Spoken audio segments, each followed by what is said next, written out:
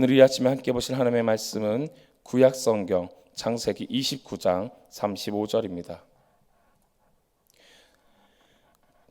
구약 성경 창세기 29장 35절의 말씀을 함께 봉독하겠습니다. 함께 읽겠습니다.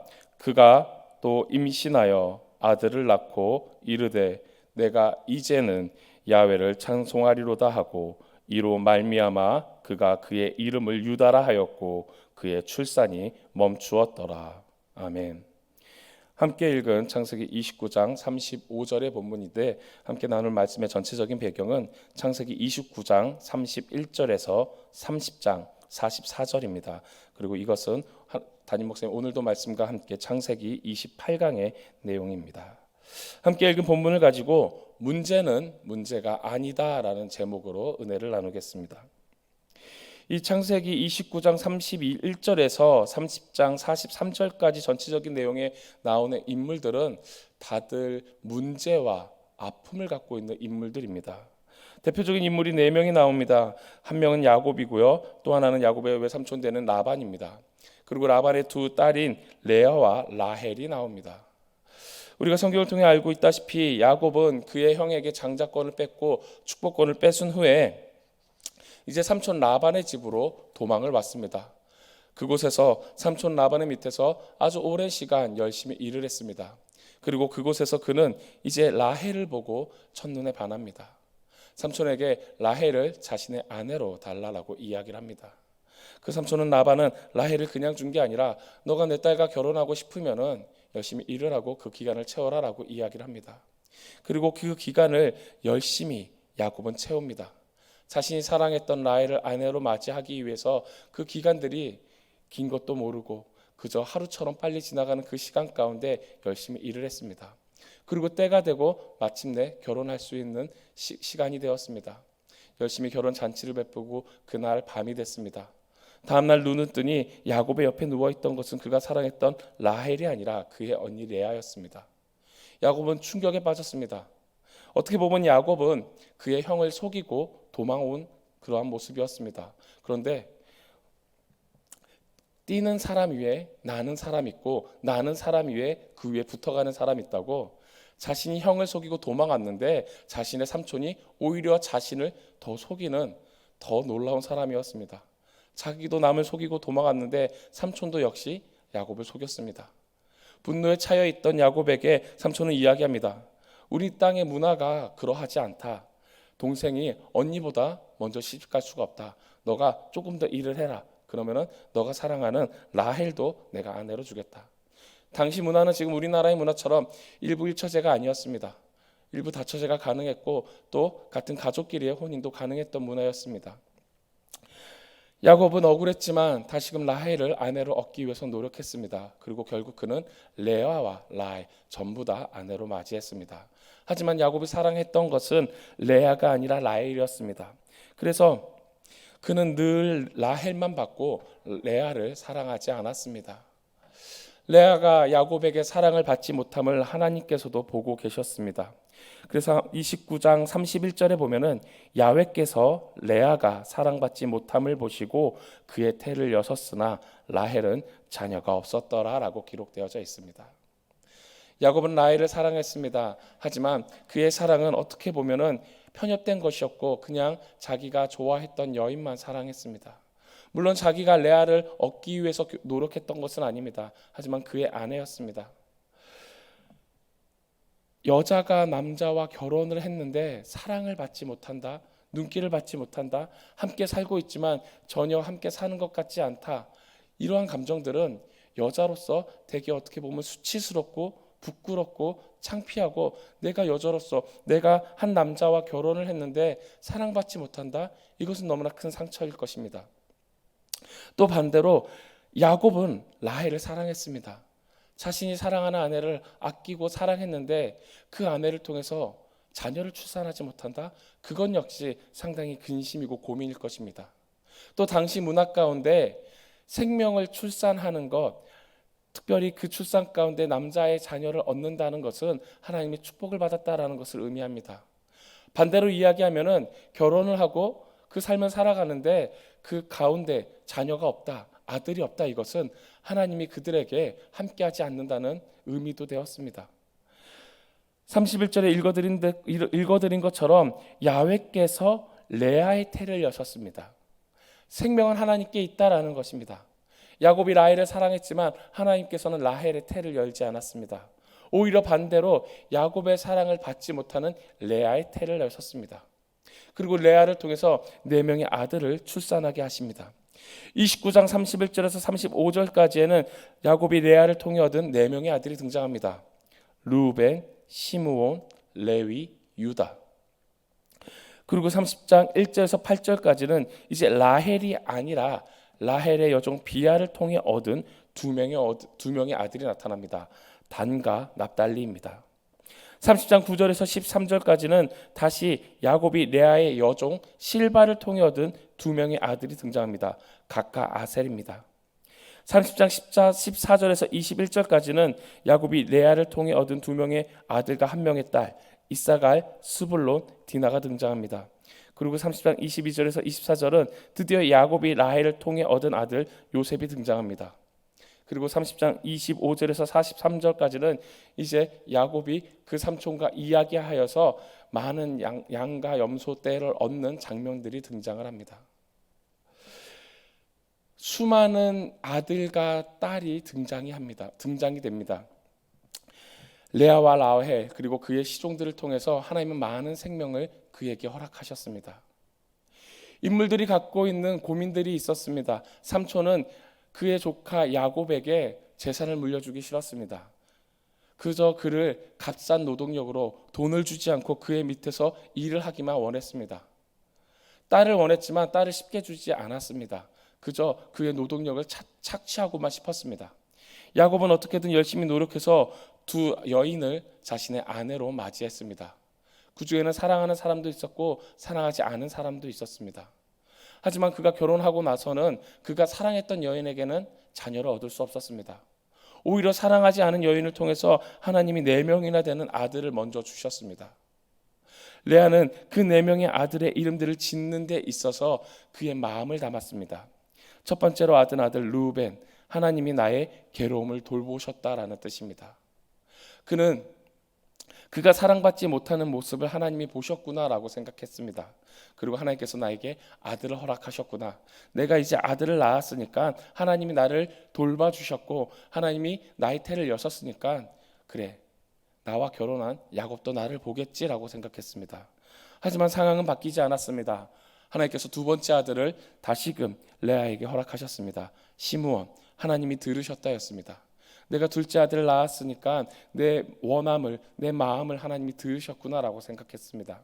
하나님이 들으셨고 나에게 2번째 아들을 주셨으니까 이제 야곱도 나를 보겠지라고 생각했습니다. 하지만 역시나 바뀐 게 없었습니다. 3번째 주신 아들 이름을 레위라고 했습니다. 뜻은 연합하다였습니다. 우리가 선녀와 나무꾼의 이야기를 알고 계시죠? 선녀가 땅으로 내려와서 나무꾼과 결혼을 합니다. 나무꾼은 선녀가 도망가지 못하게 자녀를 출산합니다. 첫째 아들, 둘째 아들, 이제 아들을 2이나 낳았으니까 선녀가 하늘로 올라가지 않겠지라고 생각을 했습니다. 하지만 선녀는 올라갔습니다. 아들 셋을 낳으면 안 올라가는 것이었는데 2명만 낳고 올라갔습니다. 그 이야기처럼 레아도 자신이 아들 1명, 2명, 이제 야곱이 나를 바라보겠지라고 생각했습니다. 3명을 낳고 레위 이름은 연합하다였습니다. 야곱이 이제 나와 연합하겠지, 나와 함께하겠지, 내가 그의 사랑을 받을 수 있겠지 생각을 했습니다. 하지만 여전히 상황은 바뀌지 않았습니다. 생각해 보십시오. 결혼하고 아들을 3이나 낳았습니다. 그리고 당시 아들을 낳는다라는 의미는 하나님께 축복을 받았고 하나님이 함께 하신다는 의미였습니다. 야곱도 그것을 알고 있었습니다. 하지만 아들을 3명이나 낳은 레아를 야곱은 그렇게 사랑하거나 눈길을 주지 않았습니다. 레아 역시 상처를 많이 받고 슬퍼하고 어떻게 보면 낭만할 수도 있습니다. 하지만 그 가운데 하나님께서 4번째 아들을 허락하십니다. 유다. 이제 레아의 시선이 이 유다라는 4번째 아들의 이름을 정하면서 그의 시선이 바뀝니다. 그의 중심이 바뀝니다. 유다라는 이름의 뜻은 야훼를 찬송하리로다입니다. 아들을 4명이나 낳는 그 가정 가운데 하나님께서는 레아를 만나주셨고 만져주셨고 그의 시선이 바뀔 수 있도록 인도하셨습니다. 사람은 특별히 결혼을 하면은 서로가 서로를 바라봅니다. 그리고 그것은 당연합니다. 그런데 그 서로가 함께 결혼하고 바라봄에 있어서 서로만 바라보면은 때로는 그 시선이 잘못된 시선으로 엮일 때가 있습니다. 나는 내 남편이 없으면 안 돼. 이것은 어떻게 보면은 올바른 관계가 될 수 있습니다. 나는 내 아내가 아니면 안 돼. 이것은 참으로 올바른 관계가 될 수 있습니다. 그런데 나는 내 남편만 있어야 돼. 무슨 말이냐면은 아내가 집에 있으면서 남편이 돌아오기만을 기다리는 거예요. 아무것도 안 하고 자기 자신을 돌보지도 않고 자신의 삶을 살지도 않고 남편만 돌보는 거예요. 내 남편이 밖에 나가서 어떤 여자랑 통화를 하거나 일을 하면서 어떤 다른 여자와 이야기를 하면은 그게 분노에 휩싸여요. 집에서 자기 혼자 망상에 빠져서 내 남편은 나하고만 있어야 돼. 다른 여자하고 이야기도 하면 안 돼. 밖에 나가서 그 누구하고도 밥을 먹어서도 안 돼. 망상에 빠져버리는 겁니다. 남편이 아내만 바라봄이 참 올바릅니다. 그런데 아내만 바라보는 게 너무 심해져서 일을 하지 못해요. 내 아내가 딴 데 가면 안 돼. 집에만 있어야 돼. 내 옆에만 붙어 있어야 돼. 잘못된 모습과 잘못된 시선과 잘못된 마음들로 서로가 서로에 대한 감정들이 상처를 줄 수 있습니다. 레아는 자신이 어떻게 보면은 원치 않은 결혼을 했을 수도 있습니다. 아버지가 텐트 안으로 보냈어요. 자, 너가 이제 결혼할 신랑이다. 눈을 떴는데 옆에 있던 야곱이 자신을 인정하지 않습니다. 그래, 내가 자녀를 출산하면 나를 사랑하겠지. 1명, 2명, 3명. 나오면서 그의 시선들은 야곱을 향해 있었습니다. 하지만 하나님은 4명의 아들을 주면서 그 야곱을 향했던 시선들을 하나님을 향하는 쪽으로 바뀔 수 있도록 인도하십니다. 처음에는 하나님이 나의 괴로움을 돌보셨다. 두 번째는 하나님께서 나의 마음을 보시고 들으셨다. 세 번째는 내가 이제는 연합하겠다. 드디어 마지막 4번째 유다를 낳으면서 야훼를 찬송하리로다 라고 바뀝니다. 레아의 삶에 바뀐 것은 없었습니다. 야곱은 여전히 라헬을 더 사랑했습니다. 라헬을 더 아꼈습니다. 그런데 이제 레아의 시선이 육신의 남편인 야곱이 아니라 자신을 사랑하고 자신의 마음을 들어주고 자신과 함께 연합하는, 그래서 야훼를 찬송하는 마음으로 바뀌었습니다. 성도 여러분, 우리가 하루를 살아감에 있어서 무엇을 바라보고 계시나요? 우리는 참 바라볼 것이 많은 세상을 살아갑니다. 우리의 자녀손들 참으로 귀합니다. 근데 그 자녀손들을 내 자녀, 나만의 자녀, 내 것이라고 생각하면은 그 관계가 믿음 가운데 건강해질 수가 없습니다. 이 말씀에 나온 것처럼 내가 내 남편, 내 아내를 바라봅니다. 너무나 귀합니다. 근데 남편만, 아내만 바라보면은, 하나님이 없이 그것만 바라보면은 때로는 삶의 문제가 될 수 있습니다. 먹고 사는 문제가 중요합니다. 근데 우리의 의식주의에 있어서 그것만 바라보면은 우리는 하나님의 나라와 그 의를 구할 수 없습니다. 삶에 있어서 우리가 바라보는 것, 우리가 나아가야 할 것이 어디에 우선순위를 두고 있는지가 참으로 중요합니다. 하나님께서는 레아에게 4명의 아들을 허락하시면서 결국 그의 삶 가운데 믿음의 고백이, 삶의 모습은 바뀌지 않았지만 그의 중심이 야훼를 찬송하게 하셨습니다. 야곱의 삶은 참 복잡했습니다. 도망자의 삶으로 살면서 삼촌을 믿었는데 삼촌은 그의 노동력만 착취했습니다. 그는 노동력을 착취당하면서 바라봤던 것이 하나 있습니다. 바로 그가 사랑했던 라헬과 결혼하기 위함이었습니다. 열심히 노력했는데 삼촌은 라헬을 주지 않았습니다. 생각지도 않은 레아를 줬고 결국 더 노력하고 나서야 라헬을 줬습니다. 하지만 하나님께서는 그가 사랑했던 라헬을 통해서 자녀를 출산하게 하지 않았습니다. 아주 오랜 시간 힘들게 결국 끝에 가서 요셉을 출산하게 했습니다. 야곱의 마음이 어떠했을까요? 사랑하는 라헬을 바라보면서 라헬 외에 레아와 레아의 시종과 라헬의 여종 가운데서만 계속 자녀를 출산합니다. 그가 사랑하는 라헬을 바라보면은 라헬은 자녀를 낳지 못해서 어떻게 보면은 늘 슬퍼했을 거고 늘 힘들어했을 것입니다. 야곱의 사랑을 듬뿍 받았을 테지만 그의 모습은 자녀를 출산하지 못하는 비참한 모습이었을 것입니다. 그 어려움 가운데 늘 힘든 가운데 있습니다. 이제 야곱은 결심을 합니다. 내가 이제 떠나야겠다. 삼촌 밑에서 일을 하는 게 아니라 내가 사랑하는 아내와 내 모든 식솔들을 데리고 이제 내가 이곳을 떠나야겠다. 그런 다짐을 합니다. 근데 떠나기에는 그가 그동안 열심히 노력한 것에 비해 그가 가지고 있는 것이 없었습니다. 삼촌은 그의 품삯을 제대로 쳐주지 않았습니다. 삼촌을 찾아갑니다. 삼촌, 내가 이제 이렇게 열심히 노력했는데 내 몫을 좀 떼어 주십시오. 근데 내가 노력한 거 그거 지금 달라는 게 아니라 내가 삼촌의 양떼와 염소떼를 열심히 잘 돌보겠습니다. 그 중에서 얼룩지고 아롱진 것, 당시의 표현으로 하면은 흠이 있는 것입니다. 깨끗하고 하얗고 아무 흠이 없는 것이 아니라 뭔가 좀 하자가 있어 보이고 조금 이상해 보이는 얼룩지고 아롱진 것, 그거 내가 갖겠습니다라고 이야기를 합니다. 삼촌이 볼 때는, 라반이 볼 때는 꽤 괜찮은 조건이었습니다. 얼룩지고 아롱짓게 매일 출산하는 것도 아니고 어떻게 보면 그런 것보다 하얗고 깨끗한 흠이 없는 동물들이 더 많이, 가축들이 출산되는 모습이었습니다. 그래, 좋다. 그럼 너가 얼룩진 거 아롱진 거 나오면 너가 가져라. 그렇게 이야기하고 이제 야곱은 멀리 떠나갑니다. 삼촌과는 좀 분리돼서 그곳에서 염소와 양떼를 출산합니다. 그 가운데 하나님께서는 이제 야곱 가운데 은혜를 내려주십니다. 그동안 그렇게 많이 출산되지 않았던 얼룩지고 아롱진 것들이 낳기만 하면 출산됐습니다. 하루 이틀 시간이 지날수록 야곱의 부는 점점 그 나뭇가지를 통하여서 양떼와 염소떼가 점점 늘어났습니다. 상당히 비과학적입니다. 그 방법들은 되게 단순하고 이상했습니다. 야곱이 라반의 품을 떠나서 그 품삯을 정함에 있어서는 그가 그냥 열심히 멀리 떨어져서 버드나무와 살구나무와 산풍나무와 푸른 나무 가지를 가져다가 그것들을 껍질을 벗겨내고 흰 무늬를 내어서 염소와 양떼 가운데 두는 것이었습니다. 나뭇가지를 깎아서 염소와 양떼 앞에 둡니다. 근데 그것을 본 염소와 양떼 가운데는 계속 아롱진 것과 점박이들만 탄생했습니다.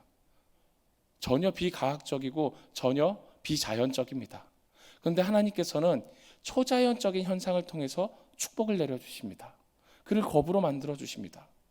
하나님께서 어떻게 보면은 자신이 사랑하는 아내에게 아들을 받지 못하고 열심히 삼촌 밑에서 일을 했지만 품삯을 받지 못하는 이 야곱을 통해서 야곱이 생각하지 못했던, 야곱이 사랑하지 않았던 레아와 그들의 시종을 통해서 수많은 자녀를 주시고요, 열심히 노력하고 어떻게 보면 그가 삼촌하고 계약했던 아롱진 꽃과 얼룩진 것을 통해서 수많은 부를 축적하게 하십니다. 이 모든 것들이 사람의 생각으로는 이해되지 않는 일이었습니다. 왜 내가 덜 사랑하는 사람을 통해서 하나님이 자녀를 허락하시지? 왜 말도 안 되는 나뭇가지를 통하여서 하나님이 이 많은 재산을 축복하여 주시지? 그 이유는 딱 한 가지에 있었습니다. 바로 그의 아버지였던, 그의 조상이었던 아브라함과 이삭을 통한, 그리고 그가 형을 속이고 도망 오면서 돌베개를 베고 꿈을 꾸었던 그곳에서 하나님이 약속하셨던 그를 통한 언약의 말씀을 성취하기 위함이셨습니다. 하나님은 그 먼저 옛날에 아브라함을 통해서 그 이스라엘 민족이 큰 민족을 이루겠다라고 약속하셨습니다. 그런데 하나님께서는 아브라함에게 주신 자손은 누구죠? 이삭 하나였습니다. 이삭을 통해서 주신 자손은 야곱과 그의 형 에서였습니다. 큰 민족이 이룬 것처럼 보이지 않았습니다. 그런데 결국 야곱의 때에 와서 야곱이 도망자의 신세로 삶을 살아갈 때, 야곱이 그의 형을 속이고 떠나왔을 때, 야곱이 그의 삼촌한테 속았을 때, 야곱이 사랑하지 않는 레아와 먼저 결혼하게 되었을 때, 삶에서는 엉망진창인 것 같고 속임을 당한 것 같고 뒤죽박죽일 것 같을 때 하나님은 그 모든 것들을 합력하여 선을 통하여서 하나님께서 약속하신 그 약속을 성취하신 하나님의 뜻을 보여주셨습니다. 우리가 알고 있습니다. 레아와 라헬과 그의 시종들 통해서 뭐가 나타나죠? 이스라엘의 12지파가 완성이 됩니다. 12지파의 시초가 이루어집니다. 야곱은 도망자의 신세였는데 이제 거부가 돼서 고향으로 돌아가게 됩니다.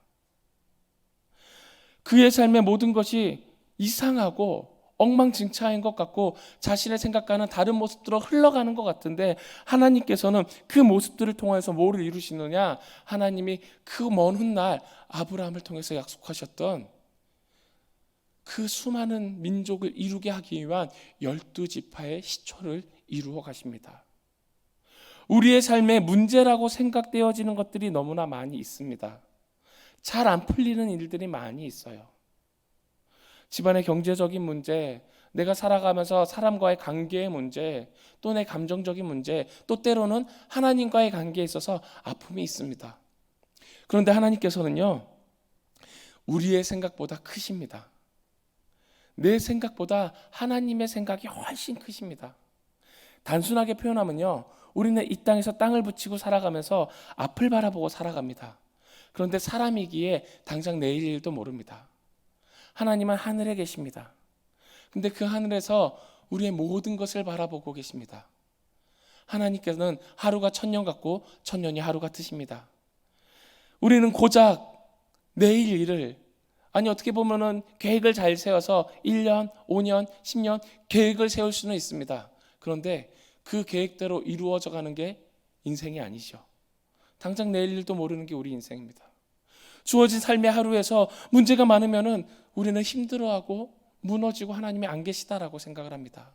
그런데 하나님께서는 문제라고 생각되는 내 삶에 주어진 그 문제들을 통해서 하나님의 언약을, 하나님의 말씀을 우리의 삶 가운데 가장 합당한 때에 가장 최고의 것으로 이루어 주십니다. 그러면서 하나님께서 말씀하십니다. 믿으라라고 말씀하십니다. 기다리라고 말씀하십니다. 참고 인내하라고 말씀하십니다. 왜냐? 하나님은 하나님 되시기 때문입니다. 하나님은 완전하시고 그때는 완벽하시기 때문입니다. 야곱이 사랑하지도 않는 레아를 통해서 어떻게 아들을 넷이나 낳는 걸 보면서 황당했을 겁니다. 나는 별로 안 사랑하는데 왜 이렇게 아들을 쑥쑥 낳지? 레아는 내가 아들을 넷이나 낳는데 왜 나를 안 보지? 라헬은 야곱이 나를 분명 사랑하는데 왜 나는 아들을 못 낳지? 엉망진창인 상황입니다. 근데 하나님은 그 모든 것을 이루어서 딱 한 가지, 하나님이 말씀하신 그 언약의 말씀들을 성취하십니다. 여러분, 성경을 보면요, 하나님의 언약은요, 하나님이 사람과 맺지만 하나님이 맺으십니다.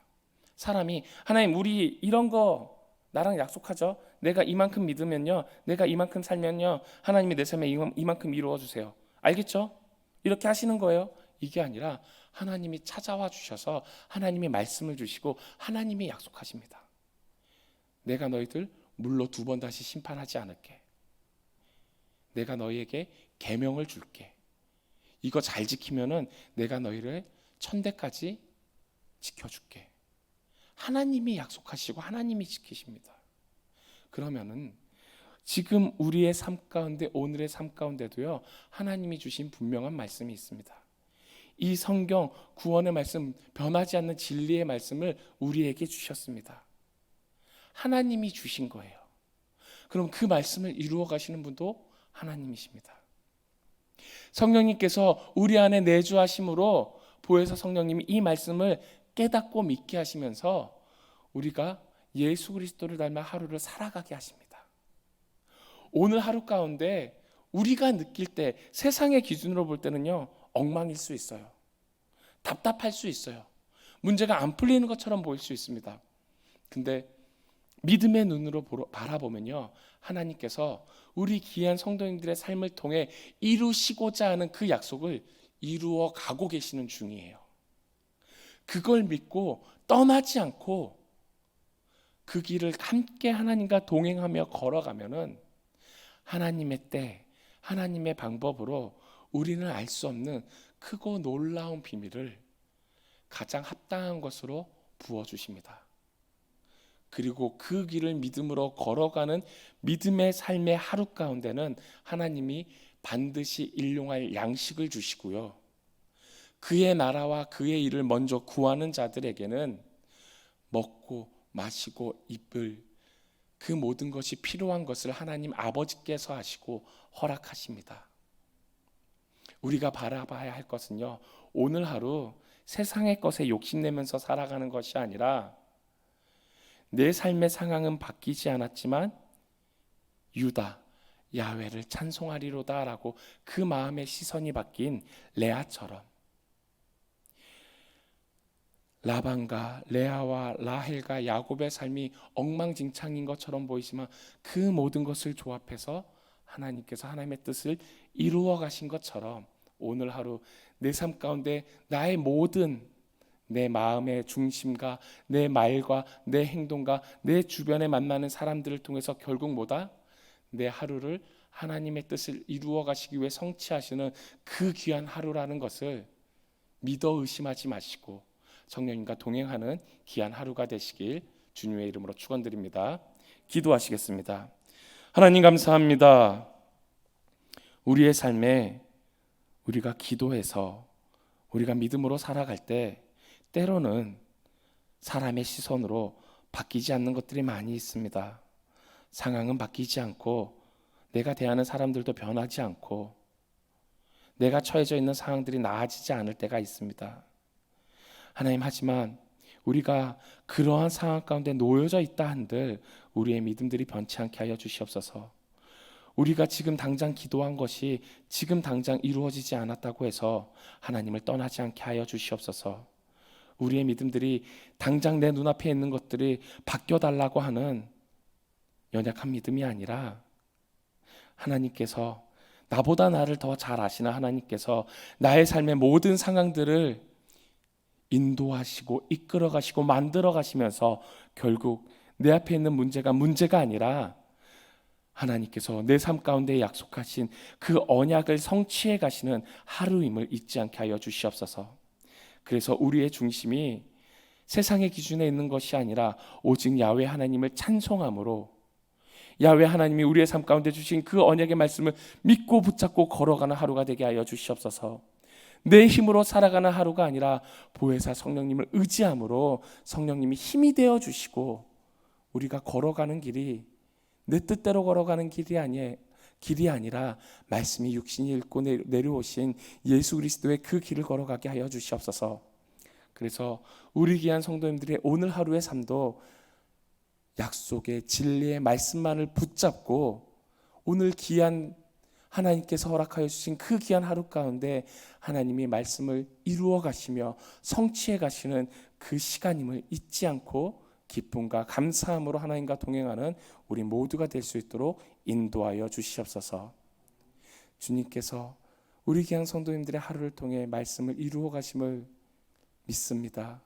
그것이 너무나 귀하고 감사하고 기뻐 찬송하는 하루가 될 수 있도록 인도하여 주시옵소서. 감사드리며 예수 그리스도의 이름으로 기도드리옵나이다. 아멘.